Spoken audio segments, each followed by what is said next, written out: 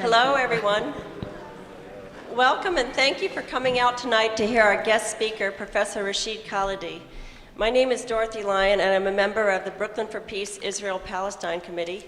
We are sponsoring the event tonight along with many other groups, including Jews Say No, Jewish Voice for Peace New York, Peace Action of Bay Ridge, Peace Action of Staten Island, Women in Black, Union Square, Veterans for Peace, New York City, Chapter 34, St. Michael's Task Force on Israel and Palestine, Brooklyn Society for Ethical Culture Action Committee, Adala, New York, the New York Campaign for the Boycott of Israel, Park Slope United Methodist Church Social Action Committee, Brooklyn Friends Meeting Peace and Social Action Committee, Brooklyn College Students for Justice in Palestine, Riverside Church Israel-Palestine Task Force, the Park Slope Food Co-op members for Boycott, Divestment, and Sanctions, and Kolot Shayenu, Voices of Our Lives. So just a few people supporting this, a few groups. Okay, Brooklyn for Peace has been working for almost 30 years in Brooklyn toward the elimination of war and the social and economic injustices that lead to war. We are non-sectarian, non-partisan, and multi-issue with committees addressing a range of separate but connected issues, including peace and economic justice, anti-militarism and counter-recruitment, climate justice, and nuclear zero, as well as Israel-Palestine.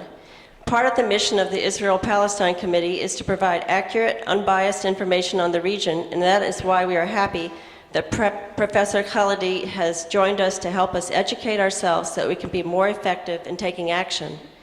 Tonight, Mr. Khalidi will speak for about 30 minutes, then we'll have a question and answer period. Copies of his latest book, Brokers of Deceit, How the U.S. Has Undermined Peace in the Middle East, will be available for sale after the event, and he'll be happy to sign copies for you. Okay. Now about our speaker. Rashid Khalidi is the Edward Said Professor of Modern Arab Studies at Columbia University, where he has taught since 2003. Before that, he taught at the University of Chicago for 16 years. Yes, where he was also the director of the Center for Middle Eastern Studies. He was an advisor to the Palestinian delegation during the Madrid and Washington Arab-Israeli peace negotiations from 1991 to 1993. He received his BA from Yale and his doctorate of philosophy from Oxford. Professor Khalidi has written several books and numerous articles on the Middle East, including, among others, The Iron Cage, the story of the Palestinian struggle for statehood and Palestinian identity, the construction of modern national consciousness. He is a frequent contributor to the op-ed pages in U.S. newspapers and has appeared on numerous radio and TV shows. His contributions in the area of Palestinian-Israeli relations have helped to broaden our understanding of the ongoing conflict. Tonight, Mr. Khalidi will address why Middle East peace has been so elusive and what we can expect from John Kerry's recent initiative to start peace talks again. Please join me in welcoming Rashid Khalidi.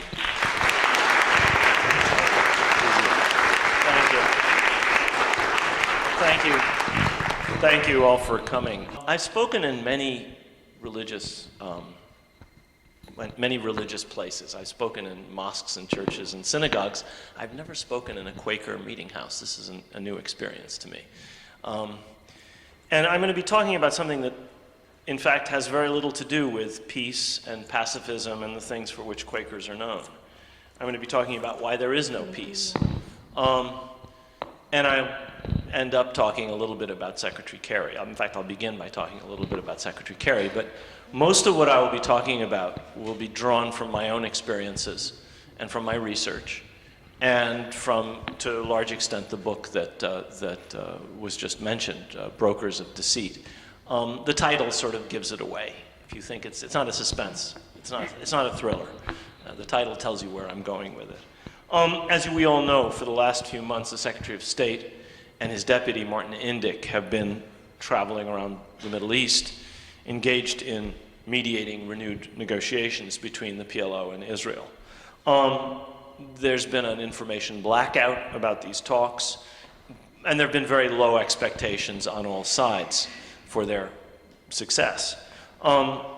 Usually, the media give us three reasons why there's not a lot of optimism about these talks. The first is that we're about to go into another electoral cycle a little more than a year from now, and that means it's going to be impossible for anyone in Washington to focus attention on anything from the spring of 2014 onwards. As you know, in Washington, they can't walk and chew gum at the same time. In fact, some people would say they can neither walk nor chew gum, but they certainly are not capable of focusing on their own re-elections and also on a problem like this. So that's the first reason people give that this may not work. The second is the weakness of the PLO and of the Palestinian Authority headed by Mahmoud Abbas, which is related to deep-seated and corrosive and destructive and entirely stupid divisions among Palestinians, divisions that are considered reprehensible by the overwhelming majority of Palestinians. That's a second reason why people say this might not work. A third is the uncompromising pro-settlement orientation of the current Israeli coalition government headed by Benjamin Netanyahu. It's by far the most right-wing, the most pro-settler, the least compromising government in Israel's history, and that is saying a lot in every one of those categories. And so these are all good reasons why this may well not work.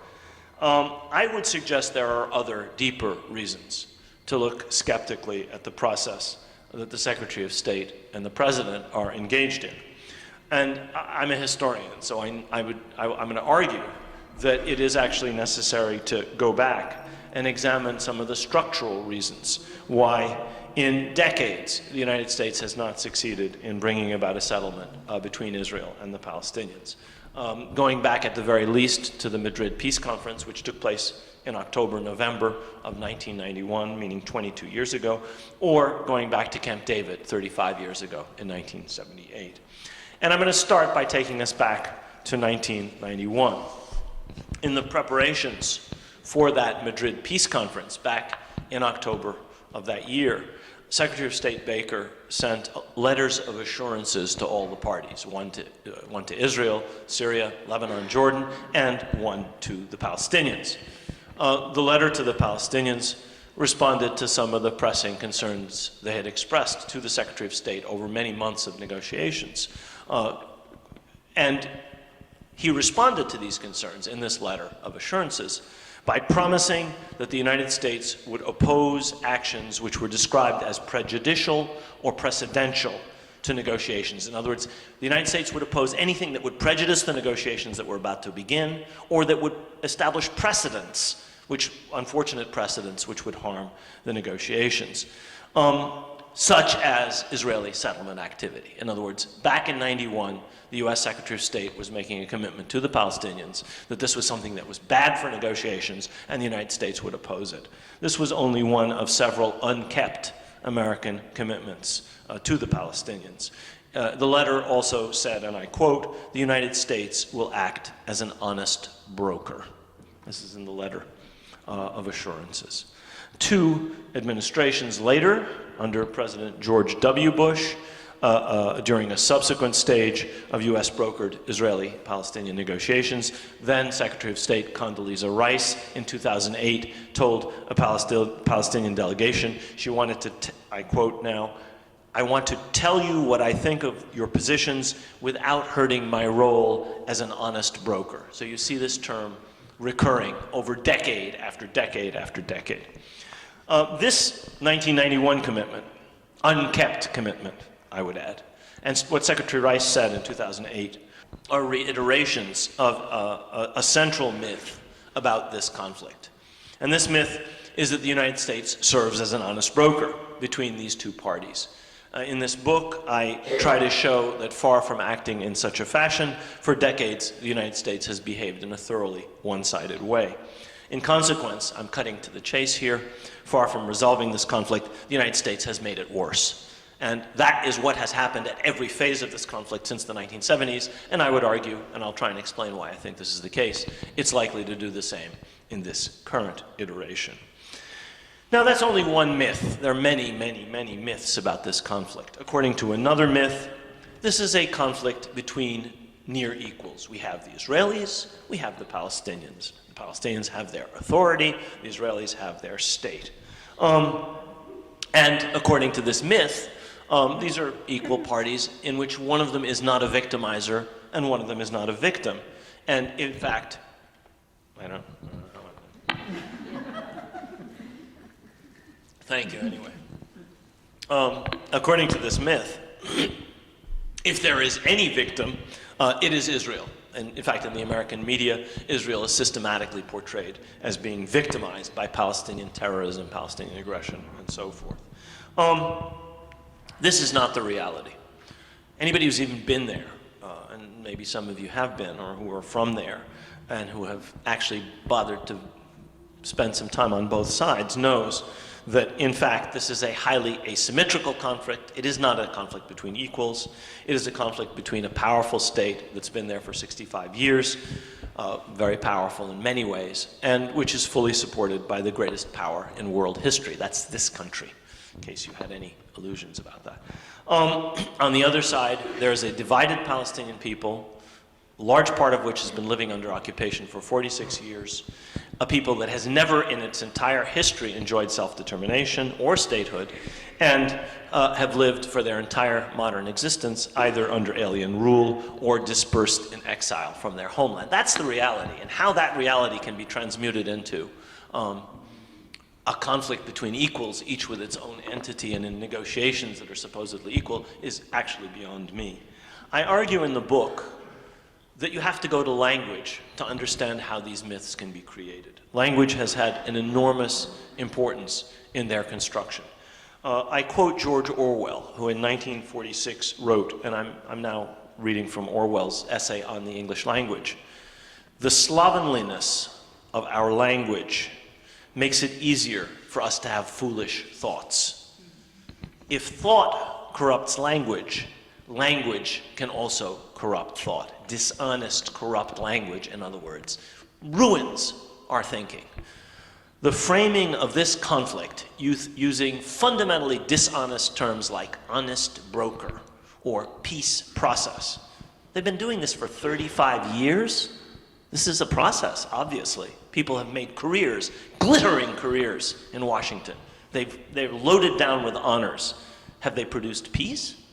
No. I'll talk in a minute about what they've actually produced on the ground in real terms.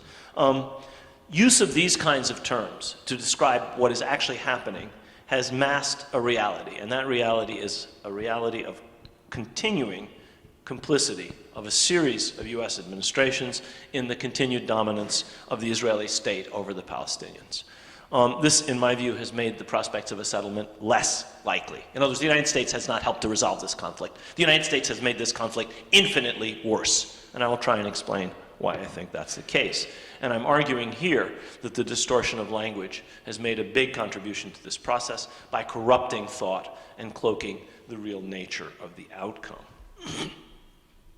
Now, the complicity between these two countries on this issue is not just a matter of domestic politics or the ideas or wishes of this president or that president or the other. We have illusions about our government system. We think that each person who comes into power is completely free to do whatever he or one day she wants. That's not true. When the Sultan puts on his robes, when the emperor takes up his scepter, when the president steps into the Oval Office and becomes commander-in-chief, a hideous title for what is a civilian leader of a country that's supposed to be at peace, but we talk about him as the commander-in-chief. When that individual takes on that authority, that individual is changed by that office, especially enormous power, imperial power, global power, a sultan or an emperor or a US president. And in the case of our two countries, that is to say the United States and Israel, the specific complicity between them is not just a matter of, this president's whims or that president's desires. It's grounded in a secret letter that was sent by President Ford to then Prime Minister Rabin about negotiations involving the Palestinians. And in this letter, the US president said that the United States would, quote, coordinate with Israel with a view to refraining from putting forth proposals that Israel would consider unsatisfactory. This commitment is still binding to this day. The United States has trampled all over every commitment that I know it has ever made to the Palestinians. It has never been faithful to any commitment that I'm aware of to the Palestinians. There weren't that many, by the way. But this is a commitment the United States has faithfully kept. In other words, this letter says the United States cannot propose anything of which Israel does not approve on this issue. As we'll see, there are other issues on which the United States has felt free to make propositions that Israel has disapproved of mightily. This is the basis of the idea that is embraced by politicians from one end of the political spectrum to the other, Vice President Biden to Senator McCain, that there should be, quote, no daylight between the American and the Israeli positions, or put differently, that there is a no surprises doctrine between the two countries. This closeness between the United States and Israel, and indeed the identity of their positions, in effect, explains why the United States really hasn't been an honest broker in this conflict. Now, in the book, I touch on what I think are three moments of clarity in the history of U.S. policy on the Palestine question. I go back to Truman, in fact. I talk about this 1975 letter. I talk about many things, but I focus on three moments.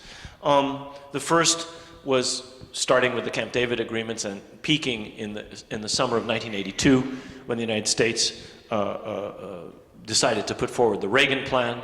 The second moment had to do with the negotiations that started in Madrid in October of 1991 and continued through the end of those negotiations in 93, the negotiations I was a part of, and then were in effect further continued through the Oslo negotiations that produced the awful agreements that the Palestinians suffer under today. That's the second moment. The third moment would be the first term of President Obama, which I'll talk about in conclusion. So the first of these moments, these three moments that I think illuminate precisely why the United States has failed as a broker of peace in the Middle East, came in the late summer of 1982. You may remember then that the PLO had just been defeated in Beirut, and it appeared to the administration in Washington, Secretary Shultz, President Reagan, as if there was a chance to implement the stillborn Palestinian autonomy provisions of the 1978 Camp David Accords. In other words, the Reagan administration wanted to use the crushing of the PLO, the defeat of its Lebanese allies, the defeat of the Syrian army in Lebanon as an opportunity to revive the Camp David Accords and to modify somewhat the Israeli position as far as these accords were concerned. Now, why had they been stillborn? Why had they been negotiated in 1978 and never implemented?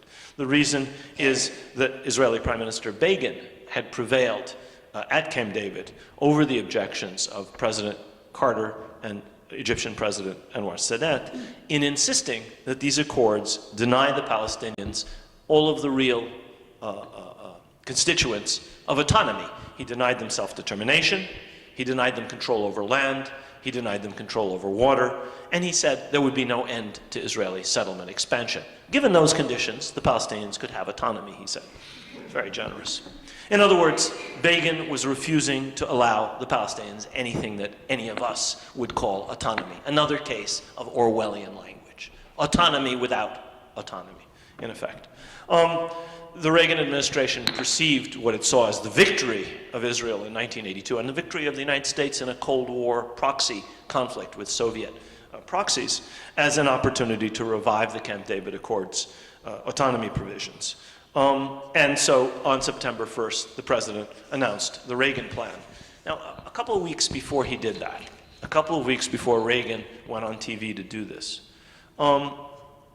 a CIA analyst, we don't know his name is redacted from the document we have, wrote a memo in which he predicted that the Reagan plan's attempt to reframe the 1978 autonomy agreements slightly more favorably to the Palestinians would not succeed. That Begin would refuse to budge from his own narrow, reductive interpretation of the Accords, which I've just summed up for you. And the memo went on to say, and now I'm quoting from this unnamed, I think I know who he was, but it doesn't matter, from this unnamed CIA analyst. In Begin's view, so this is an American secret government memo which was revealed about a year ago. A graduate student of mine found this. In Begin's view, the agreements guarantee that under no condition can a Palestinian state be created. Keep those words in mind, because they still, in my view, are operative. This is still Israeli policy. This is Begin this is a CIA assessment of what Begin wanted to do, but I would argue it's still operative. The memo goes on, in practice, Begin effectively ruled out any exercise of Palestinian self-determination except one that continued Israel's preeminent position in the West Bank. Now, how you can have self-determination in a situation where Israel maintains its preeminent position in the West Bank is beyond me, but again, Orwellian language. The memo was correct about Begin. He raised holy hell as soon as the Reagan plan was announced. And he prevailed. As revealing as the CIA memo to me was the fact that President Reagan was completely unwilling to hold firm to his own peace plan in the face of Begin's furious refusal. This was not the first time that US policymakers acquiesced in the Israeli position on Israel. I show in the book, in fact, that President Carter, President Reagan, President Bush Sr., President Clinton, and President Obama each tried to somewhat modify the American position as it had been developed in coordination with Israel along the basis of this 1975 agreement. All of them were forced to pull back. All of them were eventually faced with an absolute Israeli refusal to budge. The only one of the last 6 presidents who did not even try would be George W. Bush. I can talk about that if you would like. So that's the first set of events. Reagan tried to change the terms of the autonomy accords. The Israeli prime minister refused. The American president backed down. The second set of events occurred during the bilateral negotiations I was involved in Washington and Madrid and then in Washington. And the Palestinian delegation to these negotiations, to which I was an advisor to that delegation, the Palestinian delegation produced a huge quantity of documents, its own internal documents, the documents it presented to the Israelis, the documents it received from the Israeli side, and transcripts of the meetings either with the Israelis, formal negotiation sessions, or meetings with the American mediators. Looking at these, and I had wanted to work on them for many, many years, and in this book I finally had an opportunity to do so. Looking at them, one realizes the extraordinarily high degree of discrete coordination, I would say the complicity, between the positions of the United States and Israel. This became apparent to us as we were involved in this negotiation. What they show, I put a bunch of these online, by the way. If you buy the book, you can see where the documents that I've cited are actually available. And you can read the original documents, about 16 of them. They show that American diplomats were terrified of going beyond what they thought were Israeli red lines, sometimes mistakenly. In effect, they said, if that's the Israeli position, we can't go beyond it. We had a case in 1993 where the United States said, well, you guys can't agree, we're going to come forward with a bridging proposal. In other words, we're going to put forward something that will bridge the positions of the two sides. When they did that, we found that this so-called bridging proposal was less forthcoming than the last position that the Israelis had communicated to us. I mean, what use is a bridge that doesn't even cross the divide between the two sides? And that's an example of the kind of timidity, beyond complicity, that the United States showed. I was looking at documents that were revealed by Al Jazeera and The Guardian, the so-called Palestine papers, and I found in 2006 a similar case of American mediators being, in effect, more Israeli than the Israelis themselves. In other words, taking a tougher position than the Israelis had previously taken. Another striking feature that emerged during the 1991 to 93 period, during the negotiations I was involved with, was the remarkable continuity over 3 different Israeli governments: the Shamir government, the Rabin government, and then later, after I left office, stopped working on this, the Peres government, and in fact, the Netanyahu government that followed it. The continuity over several different Israeli governments in the restrictive Israeli position on what they would allow in terms of Palestinian autonomy. In essence, this position has remained unchanged, in my view, from the time of Begin until today.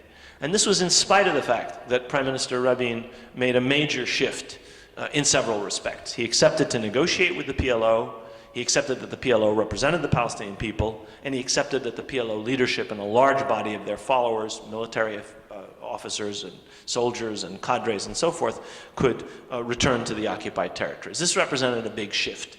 But on the important issue of what would be allowed to the Palestinians, the core positions of Rabin's government and all subsequent Israeli governments have not really changed. They oppose complete Palestinian independence and sovereignty. I'll explain why I say this in questions if you're interested.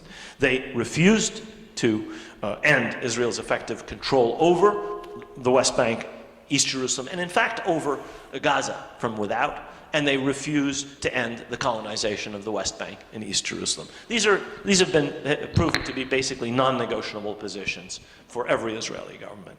What the book shows is that American policymakers have acquiesced in this Israeli position over several decades. So that's the second moment, as it were. The third moment that I examine emerged during the last 2 years of President Obama's first term. Now, you may remember that when the president came into office, back in the heady days of 2008, we were all hope and changey, and everybody was thinking that, everything was going to change in this field as in so many others. You may recall that the president appointed Senator Mitchell as his mediator, and he took a number of positions which looked as if they marked a change in U.S. policy. He insisted that there be a settlement freeze before negotiations begin. He insisted that the 1967 lines be the basis for future borders, and he insisted that there be rapid movement towards a Palestinian state. At one point he said this should be solved in 1 year. Over this period, throughout his first term, the president faced relentless pressure on the issue of Palestine from not just Israeli Prime Minister Prime Minister Netanyahu, but also from the Republican leadership in Congress, who, as you remember, in 2010 took over the House, as well, of course, as from the Israeli lobby. This tripartite pressure from the Israeli government and from their allies in Congress and in the lobby. You may remember the times that Netanyahu spoke before Congress and got 35 standing ovations. The president obviously was not in a position in those days to get 35 standing ovations from the US Congress. So Netanyahu was in effect in a stronger position in Washington than the president himself. This pressure forced the president into humiliating retreats from every one of these positions. He gave them up. He has not insisted on a settlement freeze since then. He has not insisted on the 67 lines. And obviously, we're 5 years into his presidency and there's no Palestinian state. So he's in effect given up all of these positions. Incidentally, these were not new positions. They're positions taken by previous American presidents that President Obama was simply reiterating. He was forced to back down on all of them. And I can talk about how and why that happened if you're interested. These moments of clarity illuminate policies which I think are obfuscated in most of what we see in the media and in what passes for scholarly writing, obscured by corrupt, deceitful language of the sort that Orwell was telling us about. This mantra about a peace process has obscured the reality that the process the United States was championing, in fact, wasn't directed at achieving peace between the Palestinians and the Israelis on the basis of two fully independent, viable, contiguous states living side by side in some way that would bring peace and justice. That's what the US said it was doing. If it were really doing that, it would have had to insist on a complete, immediate, and unconditional dismantling of the military occupation and of the settlements. We never did that. Without a quid pro quo. If the settlements are illegal, there should be no compensation for dismantling them. If the occupation is illegal, then the Israelis can't demand. It's like saying, I've committed a crime, I've taken something from you, and I'm going to insist on something in return for giving it back to you. If it's illegitimate what has been done, then there should be no quid pro quo. But in fact, what we're bargaining over is the quid pro quo. There should be acceptance of Palestinian self-determination within equitable borders, and there should have been a just resolution for the majority of Palestinians. Most of them don't live in the West Bank and the Gaza Strip. Most Palestinians are refugees and descendants of refugees living outside of historic Palestine. They need a solution to their problem, and any solution that doesn't address that is not a solution at all. And those are not the things the United States was doing. Instead, most of what the United States has been doing has been trying to bully the Palestinians into conforming to the positions of Israel over many, many decades. And I've already laid out what I've argued Israeli aims are. Sadly, in the Oslo Accords, the Palestinian leadership mistakenly accepted what it assumed would be a temporary deal, which in fact was in keeping with Begin's bottom line. Far from being temporary, this awful deal constituted the basis of the status quo for the past 20 years. I argue in this book that the domestic political calculations, which have been paramount in U.S. policymaking, have been remarkably stable, in fact, going right back to the Truman administration. I had a lot more I wanted to say, but I've already gone on well over a half an hour. Let me just say two more things before I conclude. The first is, I don't want you to come away from this with the assumption that the United States is in a situation where the tail wags the dog on everything, and where Israel basically determines U.S. policy. If you look at any issue which is considered strategically vital by the United States, especially things during the Cold War involving the Soviet Union, you will see in case after case after case, I list about a half dozen of them, that the United States has gone ahead and done what American policymakers determined was in their best interest, and have basically ignored whatever the Israeli government and whatever its lobby said. This goes right back to the 1968-70 War of Attrition, the Rogers Plan, the disengagement agreements, the Camp David Accords, insofar as they had to do with Egypt, where strategic advantage was in view. The United States completely ignored Israel and basically did as it pleased. Similarly, where major arms deals with Arab oil-producing countries have been involved, the American administrations from Reagan until the present one have overridden the opposition of Israel and its supporters in all of these cases, where it was perceived, in other words, by people in Washington that major strategic interests were at play, and potent interest groups like the oil lobby or the defense lobby or the aerospace lobby were engaged. In these cases, very little attention was paid to Israeli objections. Clearly, these were cases where strategic interests were seen to be involved. On the Palestine issue, the reason that this 1975 commitment still binds the United States is that nobody in Washington seems to see that this is important, that anybody cares. And I have a long passage in what I was planning to talk to you about, having to do with why the Arab countries don't do something about it. I'll leave that, and if there's a question, I'll speak to that. What I will end by saying is this, that this policy can only continue as long as undemocratic governments continue to dominate the Arab world. Governments like that of Saudi Arabia. These governments have basically capitulated on this issue. They talk a good game where Palestine is concerned, but in no case have they been willing to put the Palestine issue at the top of their agenda with Washington, and in no case have they been willing to jeopardize their relations with Washington over this issue. And the main reason this is the case is because none of these are democratic governments. They don't respond to the wishes of their people. People in the Arab world are overwhelmingly sympathetic to the Palestinians and completely baffled as to why the United States should follow the policies it does. If you want to understand anti-Americanism in the Arab world, look first and foremost to the Palestine issue. It poisons everything else. And anybody who looks at the region with an unbiased eye knows this. This has been completely blotted out of our consciousness. They don't care about Palestine, we're told. Of course they do. Every poll says they do. Everybody who ever goes there will tell you that they do. It's only because they have unrepresentative, dictatorial, weak, pliant governments dependent on Washington that this policy that I've talked about can continue in place. When and if that changes, it doesn't look like it's going to change anytime soon. Democracy is not about to break out all over the Middle East, but a beginning. There has been a beginning. And when that happens, and the Middle East cannot be immune to the trends that have affected the rest of the world, sooner or later, when that happens, the will of the people in these countries is going to be made manifest. And their will is that the United States has to act more justly, or it's going to suffer in its relations with the Arab countries. And when that happens, it'll become a strategic interest. We can change that from here.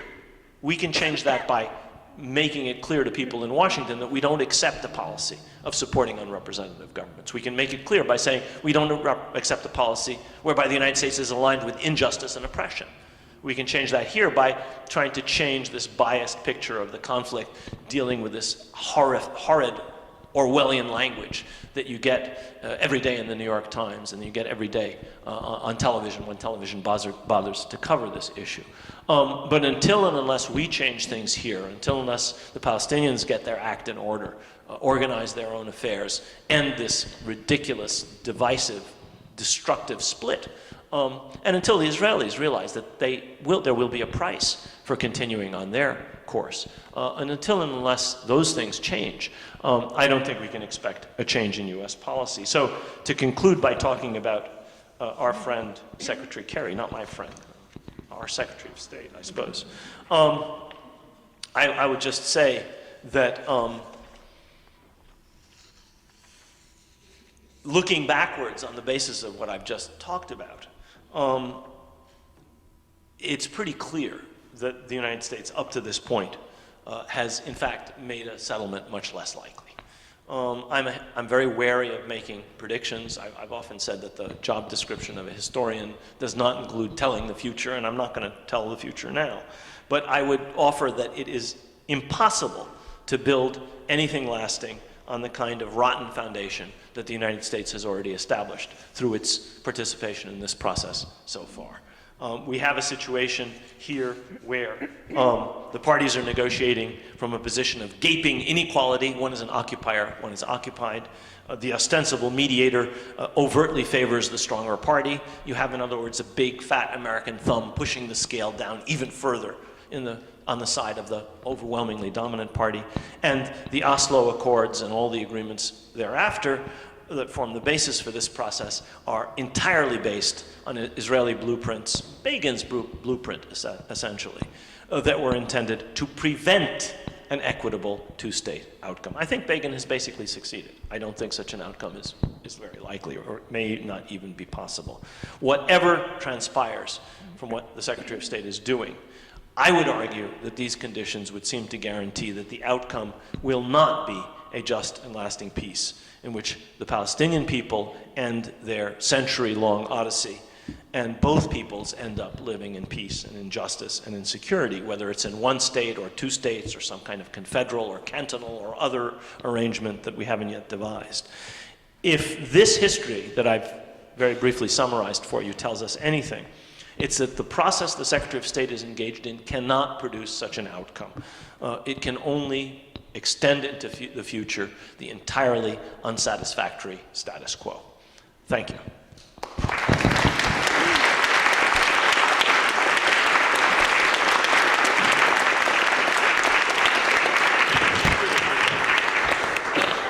Thank you, Mr. Khalidi. He will take questions. So, can you talk more about the role of our mediator, who this guy is, what interests he represents, and why the United States would choose him to be, part of governing this process? I mean, it's been the case that for certainly the last 6 or so administrations, going back to President Carter and certainly President Reagan, many of the people who've been chosen to be either presidential envoys or otherwise chosen as mediators have actually been people who have close and special connections to Israel. Martin Indyk is a perfect example. Martin was born in Australia in a Zionist family. Came to the United States to work for the American Israel Public Affairs Committee, rose to be director of research. And then with a funder of AIPAC, went off to found the Washington Institute for Near East Policy, which became the pro-Israel think tank. The sponsor is a very smart woman by the name of Barbie Weinberg, realized that Israel would be much more effective in its diplomacy in Washington if its lobby had as an echo chamber a think tank, and that's what the Washington Institute is, and it's now highly reputable. And so Indyk has served. He's served at that think tank. He was the founder, actually. She was the chairman of the board. He was the founder.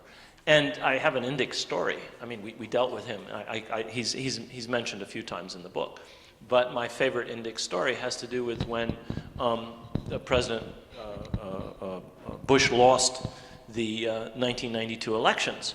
And we were in the middle of negotiations in Washington, and we were told, I think this might have been January '93, that somebody from the Clinton transition team would be coming to speak to us and give us an idea of where the new administration would go. And we were, eagerly anticipating the arrival of whoever the Clinton administration said was going to send. And in the door walked someone who, to our knowledge, was an Israeli lobbyist. And we said, oh my God, we thought it couldn't get any worse with Dennis Ross. It's just gotten worse. And Indyk is only the most, I would say, egregious example. Dennis Ross is another one. And there are several others. Some of them, I think, have been better than others. But all of them have a deep sympathy of some sort or another for Israel. This has really been true from going right back to the Bush administration, the Reagan administration, way, way back. And today, it's exceptional if you find anybody who has a deep sympathy for the Palestinians anywhere in our government. There are a couple of them, but they're probably kept as far away as possible from this issue. And they certainly are not visible if they're there. So it's just another example of how absolutely biased the thing is. The sad truth, however, is that the Palestinian side in these negotiations has been begging to have Indyk involved, where the Israeli side wanted to keep him out. I mean, that says more, I think, about the Palestinian Authority than about anything else.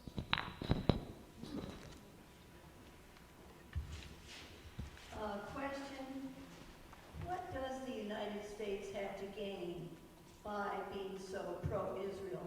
Why has the United States taken that position? Well, what I tried to argue was that unless and until there's a cost, the overwhelming impulse of most American politicians is to pay attention to the domestic situation. And in this country, I mean, people have often made comparisons between Palestine, Israel, and South Africa. And one reason that's a really terrible analogy is I ask you, where was the Boer lobby in the United States at the heart of the struggle over apartheid? Where were the scores, the hundreds of senators and congressmen and women who would sign on, what's his name? Jeffrey Rosen, who was one of the chief lobbyists for AIPAC before he was indicted, once told J.J. Goldberg, who published it, I think, either in the Atlantic or the New Yorker, when Goldberg said to him, "What is the power of AIPAC?" He put a napkin in front of him. He said, "I could get 75 senators to sign this tomorrow." Now, where was the lobby that would have produced 75 senators signing in favor of anything that the South African white apartheid regime wanted? So, in a situation where it is argued that there is no vital strategic interest for the United States in the Palestinians, and some strategic interest in Israel, and all these other things which are supposedly reasons for closeness between Israel and the United States. And there is enormous support inside the United States for Israel, and very limited support. I mean, this meeting tonight is an example of the fact that there is some support for a just peace. When you go to campuses today, there is SJP, Jewish Voices for Peace, people working on the campaign to end the occupation, people working on BDS. So there is now something that there wasn't 10 or 20 years ago. Believe me, that has not yet percolated up to the political level. So there is no cost, and there's very strong pressure from the other side. I think that explains it. What's the strategic gain? What's the strategic gain? Well, there were several arguments for the strategic value of Israel. During the Cold War, certainly from the 60s onwards, for about 30 years, the argument was Israel is a reliable US ally against Soviet proxies. Okay? And what that really ended up meaning was that the United States ended up taking Israel's side in its own quarrels that had nothing to do with the Soviet Union or the Cold War. But for Cold Warriors like President Reagan or George W. Bush, this and the neocons, this was perfect. Many of them were deep-dyed Zionists to begin with, and it perfectly suited their worldviews. But Israel could be peddled credibly as a reliable ally of, the United States as against the Soviet Union and its evil minions. And we had a president who talked about an evil empire, for heaven's sakes. For somebody who saw the world that way, you can see how Israel could be seen as a strategic asset. When the Cold War ended, a lot of rational people said, well, thank God, now it won't be possible to sell the alliance as having any strategic value whatsoever. Israel is a huge albatross around the neck of the United States. And in the first in the first Gulf War we were engaged in 1991, Israel did appear, in fact, to be of absolutely no strategic value. The United States had to beg the Israeli government to refrain from responding to Saddam Hussein's missiles fired at Israel, and had to do the job itself. But along came the war on terror. And suddenly, Israel found a new utility as an ally of the United States. And when you were able to confabulate and to confound and to elide all the differences between Al-Qaeda on the one hand and something like Hamas or Hezbollah on the other, an argument, specious, spurious, false, dishonest, Orwellian, could nevertheless be made that the United States and Israel had to stand side by side, and Israel was a valuable strategic ally. Now, once the Iraq War, the most recent one, began, you had American military commanders who went to Iraq and said, oh my God, they are an albatross. Because what they realized was that the opposition to the United States had nothing to do with a war on terror, A, it was just resistance to occupation, and B, the Iraqis really cared about Palestine. General, I believe it was Dempsey, or it might have been Admiral Mullen, at the height of the Iraq War, came back and said to Congress, American support for Israel harms us, harms our position, our posture, our profile in the Arab world. Now, this was at the height of an American occupation of an Arab country. And what they were saying was, there's actually a huge drag on the United States from the relationship with Israel. As soon as the occupation of Iraq drew down, you stopped hearing that kind of thing from American military, senior American military people. So, I mean, I would argue that it is a strategic albatross today, war on terror or no. But that's not the way it's seen in Washington. I mean, they live on another plane in Washington. We know that. I mean, you've been watching what they do on the budget. Some of these people are not living in the same world we're living in, very frankly. You're welcome. You mentioned a few presidents who did try to push back against Israel. Obama, Bush the elder, Reagan. And so, in a sense, would your thesis, perhaps instead of being brokers of deceit, be more like wimpy-ass brokers? Wouldn't have been a good title. I don't know. I mean, you know, because we don't know that Obama, for example, had some type of, I don't know, dissimulation in mind when he proposed a settlement freeze. I mean, in which you could say, well, I tried. I mean, he wasn't being deceitful necessarily, was he? Or do you feel otherwise? I think that we make a mistake in assuming that we know the mental world of this or that US president. And I don't think it really is all that important. I think what's important is what they say publicly and what they do. Now, there's a book just published, which I saw reported on in Haaretz, which says that the president said nasty things about Netanyahu when Biden and Netanyahu had a scrap. Well, you know, that and 5 cents won't buy you a cup of coffee. I read the president's speeches. I analyze every speech he's made on Palestine, and I cite about a half dozen of them in the book. He repeats every important trope of the Israeli narrative. Israel is always a victim. Israel is in perpetual existential danger. Therefore, Israel's security is sacrosanct. Now, we know where that takes you. If you're a victim, first of all, that describes the nature of the conflict, as between poor little weak Israel and horrible, nasty fill in the blank.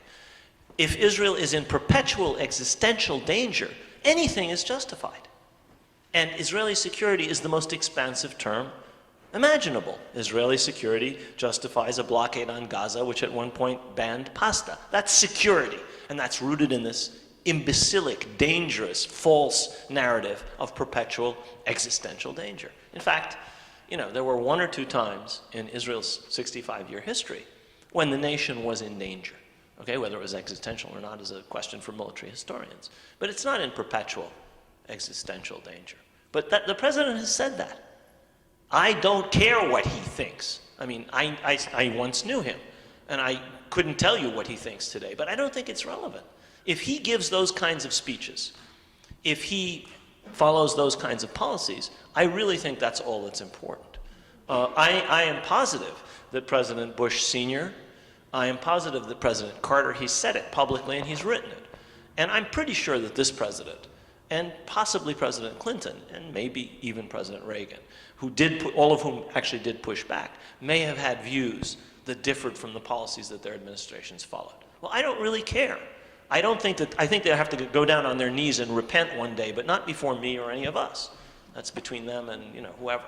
But their policies have been extraordinarily harmful to peace, to American interests, certainly to the Palestinians.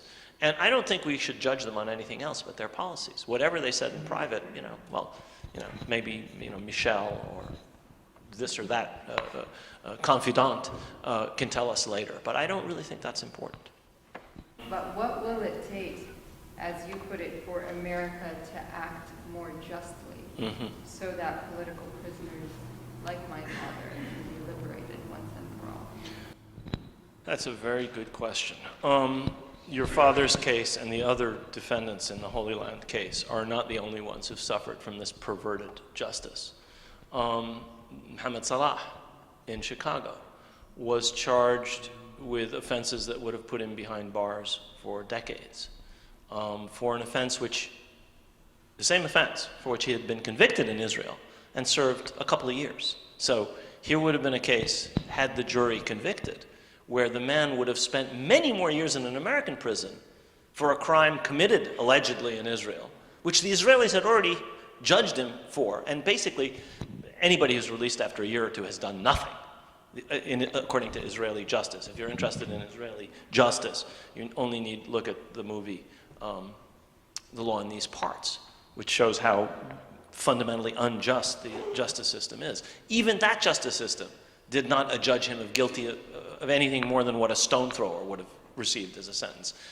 He would have served decades here had he been convicted. And your father and the Holy Land so-called quote-unquote conspirators are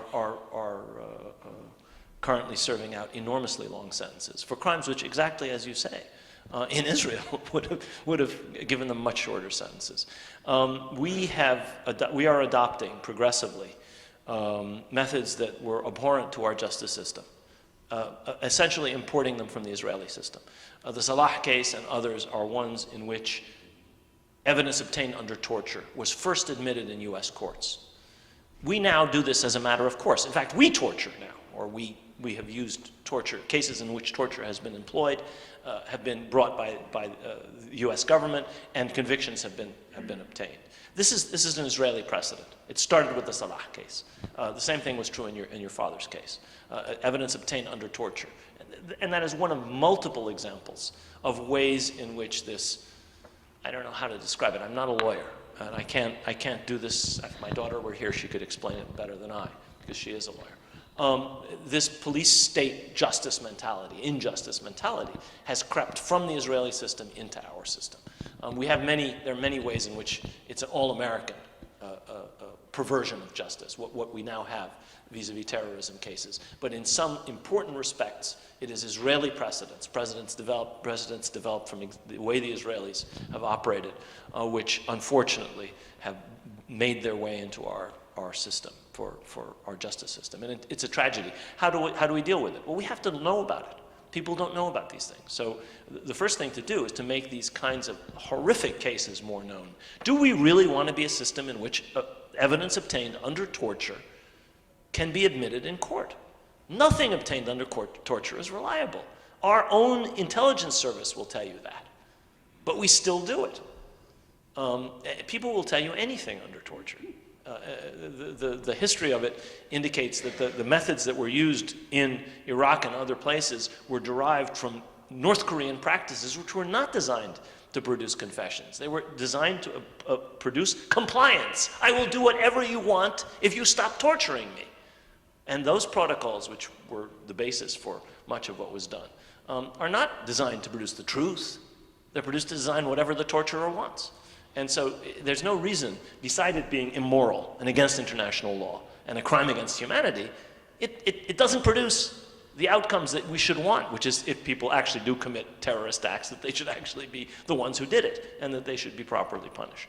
And this is a whole class of cases involving financing, the Holy Land case, the Salah case, of so-called terrorist organizations, where what is being financed are clearly charitable organizations. Is this a proper use of our legal system? There are many examples of this, and to some extent it has to be fought by lawyers, but we're all citizens and this affects us all, and we should, I think, all know about it, and I would argue do something about it. There are the necessary changes in Middle East governments. Since Israel basically owns cities in the West Bank, Hebron, if it has control of the Jordan River Valley and the wall, which has taken in much of the territory of the West Bank, would there still be the possibility of justice through a two-state solution? Is there enough left to make that possibility? I mean, I can give you the short answer and I can give you the long answer. The short answer is no, obviously. The long answer is everything you've talked about, the wall, the Jordan, this increased control over the Jordan River Valley, and the core settlement belts were expressly designed to make a viable, contiguous, sustainable Palestinian state impossible. They're not, Ma'ali Adomim is not where it is by chance. It divides the West Bank into two. Ariel is not there by chance. It divides the West Bank into yet another, yet again. So in other words, these are designed to chop the West Bank up east-west. The Jordan River Valley, the control over the Jordan River Valley, is designed to ensure that Israel controls entry and exit into whatever Bantustan, state-lit, fake state is it created, if one ever is. The same with the wall. One could go on and on. So obviously, if you understand why these things were created, you understand that as long as they're maintained, anybody who's talking about a Palestinian state is talking about Wizard of Oz stuff. This is not reality. How can you have a state divided into pieces? I'm not just talking about the Gaza piece and the West Bank piece. I'm talking about the piece north of Ariel and the piece south of Ariel. I'm talking about the piece north of Jerusalem and the piece south of Jerusalem. I'm talking about the pieces west of this belt that Israel insists on maintaining along the Jordan River Valley. And I'm talking about the piece east of the wall, such that about 10% of Palestinian land is taken away west of it. These are not there by coincidence. They're not placed for strategic reasons, except, I should put it differently. They are placed for strategic reasons where it is the plan that Begin laid down starting in 1977, which is a strategy of continued, uninterrupted Jewish settlement anywhere in the land of Israel, Eretz Israel, where it is one of continued Israeli control over all aspects of security, entry, exit. Every birth registry, the birth registries for every Palestinian, the citizenship registries for every Palestinian inside the occupied territories is held by Israel. If you have a child, you don't register him or her with the Palestinian Authority. You go to the Palestinian Authority, which goes to the coordination office, which goes to the Israelis, to get permission for your child to be entered in. They control everything west of the Jordan and east of the sea. Everything. Inside Israel proper and in the Gaza Strip. The same thing is true with those registries in the Gaza Strip. Israel claims it's withdrawn from the Gaza Strip. It still controls the Gaza Strip from without. It still controls the population registries. You can't get a Gaza ID without Israeli approval. You can't enter Gaza. I mean, you can go in under the tunnels, and if they don't kill you with a drone, you can maybe skulk around for a bit, but you're not there legally in the sense that the Palestinian Authority has no authority to make you a resident or a citizen.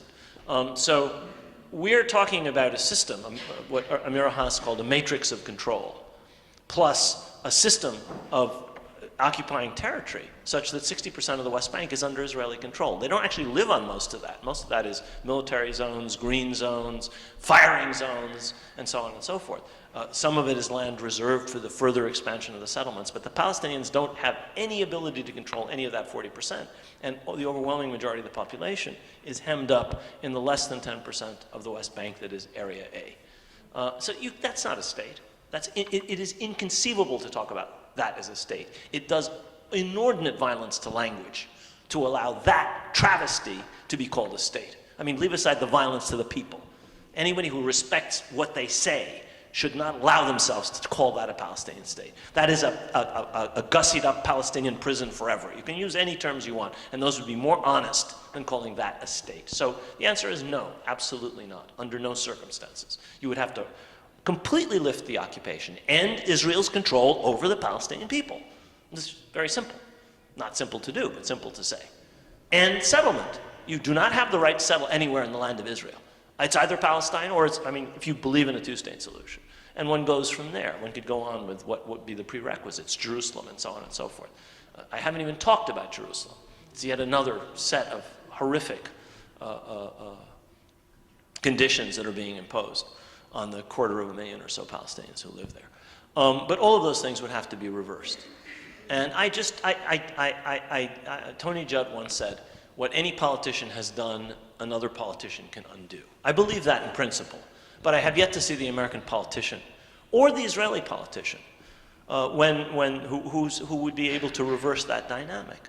When we went to Madrid, there were under 200,000 settlers in the occupied territories, okay? And they were pretty concentrated in where they were located. There are 650,000, okay? That is over 15% of the Israeli Jewish population. What politician is going to spit in the eye of 15% of the electorate, I ask you?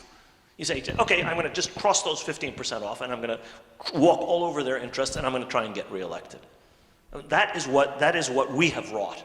Our policies have wrought. Okay, Begin and his successors were the people who actually, ran the bulldozers and poured the cement and had the plans, and it was Sharon who flew in the helicopters and picked where the settlements would be. But our money finances that. Our $3 billion a year of entirely military aid sustains that occupation and that oppression of the Palestinians. Hundreds of millions of additional US dollars go in tax-free 501c3 charitable donations to institutions dedicated to expanding Israeli settlement, illegal Israeli settlement in opposition to US policy in the occupied territories. Our Treasury Department and our Justice Department say nothing about that. This is a gross violation of US law. There's nothing charitable about the Friends of the IDF. There's nothing charitable about the yeshivas being built in Hebron. There's nothing charitable about any of them. They're illegal they sustain and expand an illegal occupation. A violation of international law, something that's in violation of US policy. Hundreds of millions of dollars, we don't even know how much. That is money we pay in taxes, so somebody else doesn't pay taxes, so that they sustain this settlement or that military outfit or whatever it may be. Those are only some of the ways in which this is actually a result of our policy. These decades of building up of this situation where not only is a two-state solution not possible, it's very hard to see how Israel extricates itself in a way that will be in the interest of the Israelis. I mean, what I've said up till now is largely predicated on how bad this is for the United States, because I think it is terrible for the United States in the long run, and obviously how bad it is for the Palestinians. But the Israelis are putting themselves in a position where they are overlords over a population as large as the Jewish population of Israel, which they have, in effect, guaranteed is going to be under their rule, their sovereignty. There is one state between the Mediterranean and the sea. That's the state of Israel. There's no other sovereign authority. The Palestinian Authority has a presidential mausoleum, presidential guards, flags. They have a fife and drum outfit, inherited from the British colonial armies. And they have control of nothing, jurisdiction over nothing, and sovereignty over nothing. It's a sham authority. It's a travesty to call it an authority. It has no authority, in fact. They have to ask permission of the Israelis for President Abbas to travel to Amman. Somebody else. The question was, if they know the kinds of things I'm talking about, why do they continue with these negotiations? In the book, I talk about the conclusions that the people engaged in negotiations more than 20 years ago came to. We came to the realization in Washington that if the United States would not be faithful to its commitments in the letter of assurances, and if settlement continued, and if the closure of Jerusalem, what has now developed into the separation of Jerusalem from the West Bank, continued, there was no possibility of a successful negotiation. And we recommended to the PLO in Tunis, which was in Tunis in those days, that the negotiations be stopped. They did not take that advice.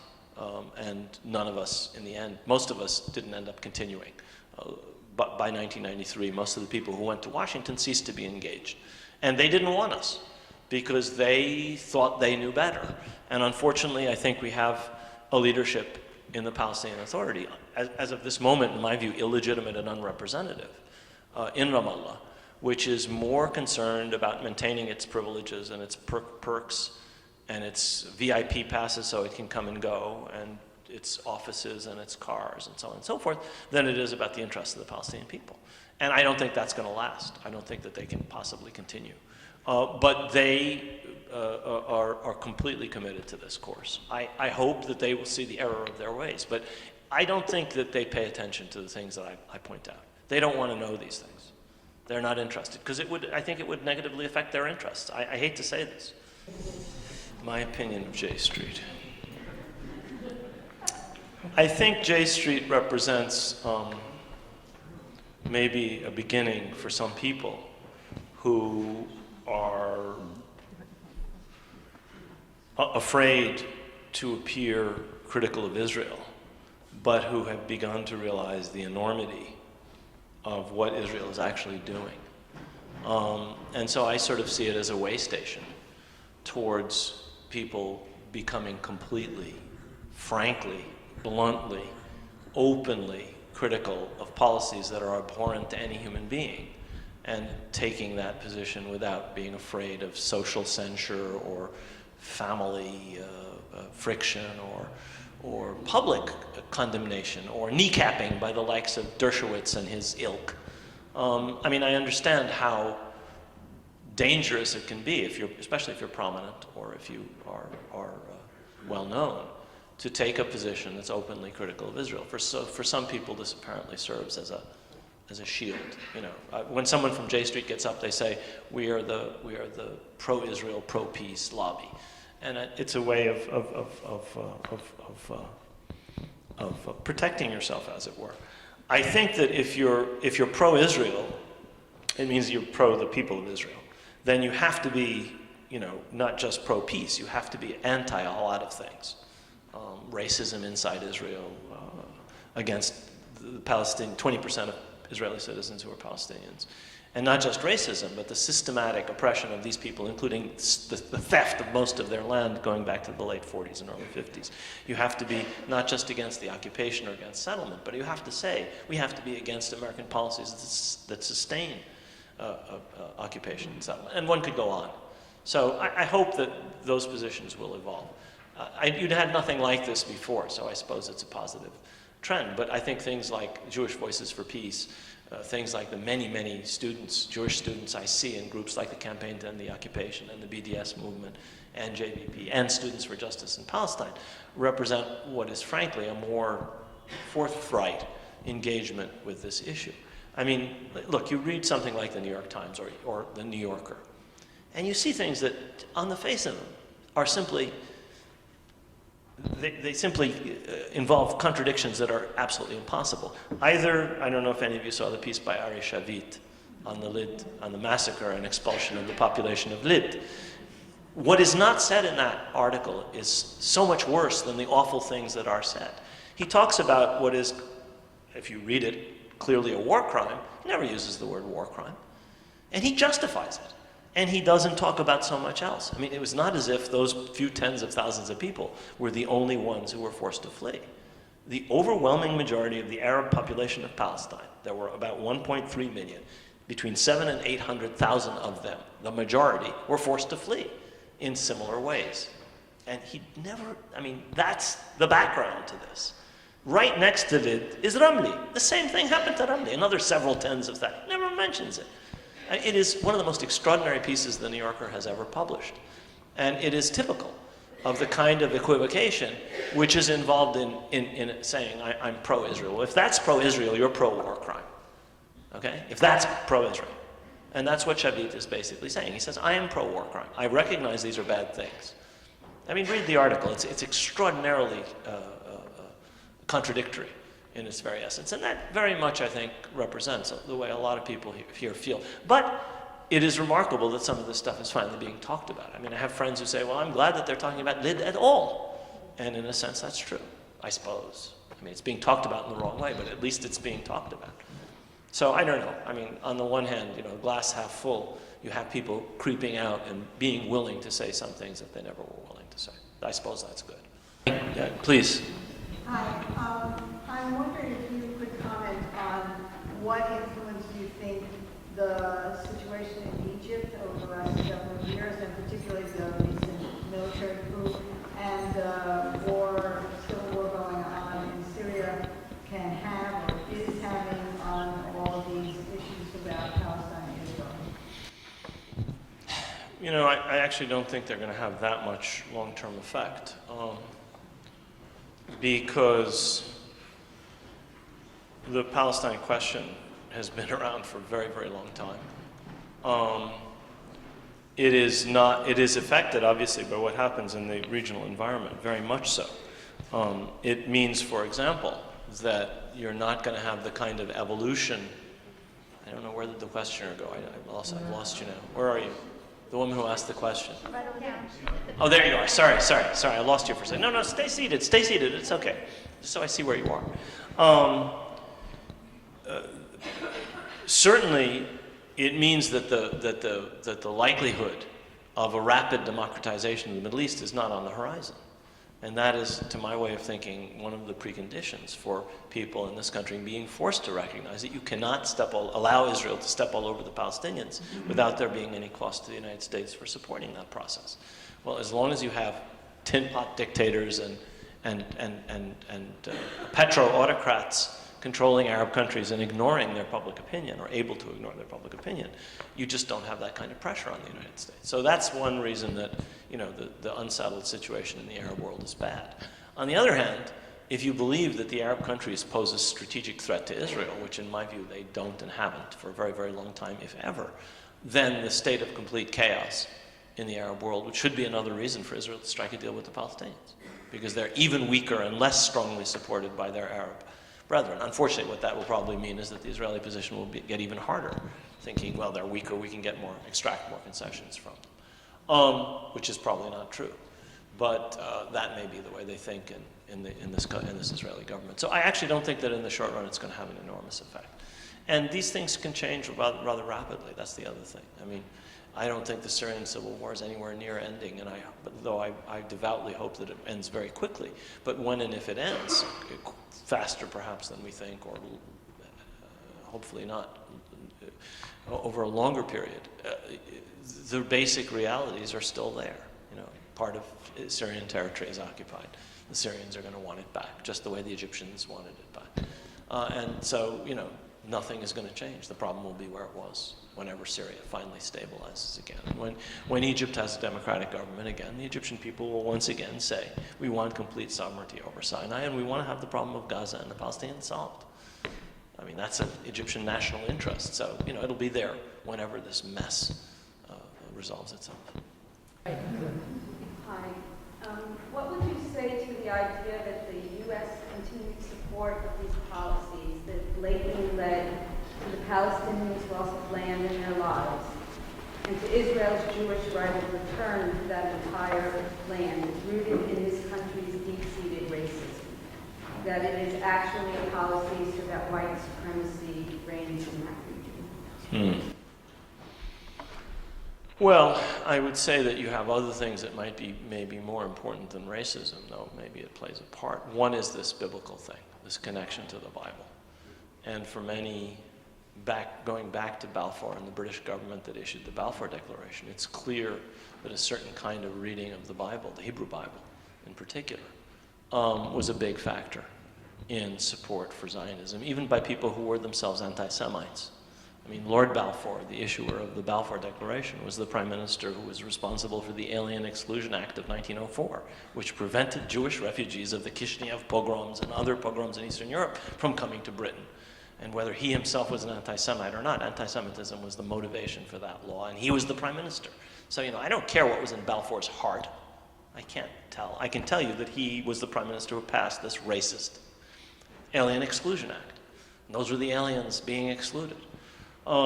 So here we have someone who was, in some senses, a Christian Zionist, and at the same time responsible for anti-Semitism, or at least passed a bill that was motivated by anti-Semitism. So that, I would say, the whole biblical thing is important. Another thing that I think is important in the way in which the United States sees this issue has to do, in some sense, with racism, and stereotyping of Arabs and so on. But fitting them into a framework whereby Israelis are like us in that they're pioneers and settlers and are taming a wilderness that God promised them, as against the nefarious efforts of these savages, heathens, whatever they're described as. And it's very easy to fit Native American, cowboy Indian myths, overlay them on this. And obviously there's a racism there, but it's more complicated than simply racism. It's a frontier myth, and it's the American myth. And it's, in the United States case, it was exterminationist. I mean, the United States and some other settler colonies actually destroyed most of the native societies. Australia did the same thing. A couple of others did the same thing. Or completely reduced them to the point that they had they were minimal in their impact on the society. And I think that trope has served Israel very well. And I would say that to the extent to which that's racist, yeah, that's part of it. I think that since 9/11 and since these acts of terrorism here and in Washington and so on, it's become easier to use that kind of stereotyping to justify support for Israel. It works with the right in this country very, very well. And I mean, those are precincts where racism is rife, and there is a lot of that. There's also religious bigotry. I mean, you can't just say everything is racism. I mean, there's religious bigotry. There's a deep, profound misunderstanding of Islam, deep, profound misunderstanding of the actual nature of Middle Eastern societies, and there's stereotyping, which we see. New York City police, the way they treat Muslim communities, they wouldn't dare treat any other community that way. They wouldn't dare. Well, I mean, your question brings up a couple things. One is the fact that it's clear that the basis for support for the kinds of policies that this Israeli government is engaged in has moved to a very large extent in American political life to the right of the American political spectrum. It's no longer quite as strongly supported in a bipartisan fashion. It's really a Tea Party, right-wing Republican, Southwest bastion. And those are areas where, as you say, among many other things, Christian Zionism. It's also a worldview where force is absolutely necessary because the world is hostile. I mean, it's more than just Christian Zionism. It's more than just whatever attitudes people have towards Muslims. It's a whole worldview about how the United States should proceed in the world and about the use of military force. And Israel fits right into that. And so that's why some of these people are as vehemently in favor of occupation and settlement and Israeli aggression and so on and so forth as they are. I don't think, in spite of the fact that there has been that shift, I don't think that it's unimportant to pay attention to and to try and further the kinds of transformations that are taking place among younger people in the Jewish community, among students generally, among churches, in some unions. You're beginning to actually see significant movement in all of these groups. Young people, most importantly, on campuses, I think. I mean, look, when I was a student, which is a lot longer ago than some of you may think, when I was an undergraduate, it was not permissible to even talk about Palestine. I mean, the idea of a group on dozens of campuses called Students for Justice in Palestine, it was unimaginable. It was unimaginable that you have 5 groups, Turath, Arab students, Muslim students, Students for Justice, Campaign to End the Occupation, Jewish Voices for Peace, that you'd have 5 or 6 or 4 or 3 groups on a given campus operating more or less, in coordination. Inconceivable 20 years ago. Inconceivable. So something has happened with younger people. One thing is they're no longer enthralled to the mainstream media because nobody reads news sources made of dead trees anymore. Everybody gets their news. I mean, I know graduate students much older than my undergraduates who've never actually seen the physical New York Times, and they read it and 50 other sources online. So the access that they have to information is completely different to their elders, and that has helped enormously. And they disbelieve what's in the mainstream media. So the pap, the lies, the Orwellian language, they're not even affected by it. They don't see it, and I think that's helped a lot. Now, a lot of people are being indoctrinated in other ways, so it's not everybody in every university is completely, is exposed to all sides of the issue. But that change is enormously important. The change in a lot of the mainstream Protestant churches is very important. The change in a lot of parts of the Jewish community, especially younger parts of the Jewish community. Those are really important things. And I think as time goes on, they're going to make the task of AIPAC and the myriad organizations with zillions of dollars at their disposal that operate in the public sphere harder and harder. The media is still, pretty much occupied territory. Capitol Hill is, completely occupied territory. But outside of those very important, crucial bastions, I would not like to be fighting the other side of this issue because they have no moral case whatsoever. There's not much of a strategic case in my view. And a lot of the myths that were so essential to the early decades of Israel's establishment and expansion and the way in which it fixed itself in the American mind have much more of a hold over people in their 70s and their 60s and their 50s than they do over people in their 20s or 30s. Thank you.